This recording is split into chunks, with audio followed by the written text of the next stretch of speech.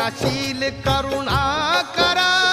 महिमा तुझा अपार युगंधरा क्रांतीवीरा वंदन तुला त्रिवार विश्व शांतीचा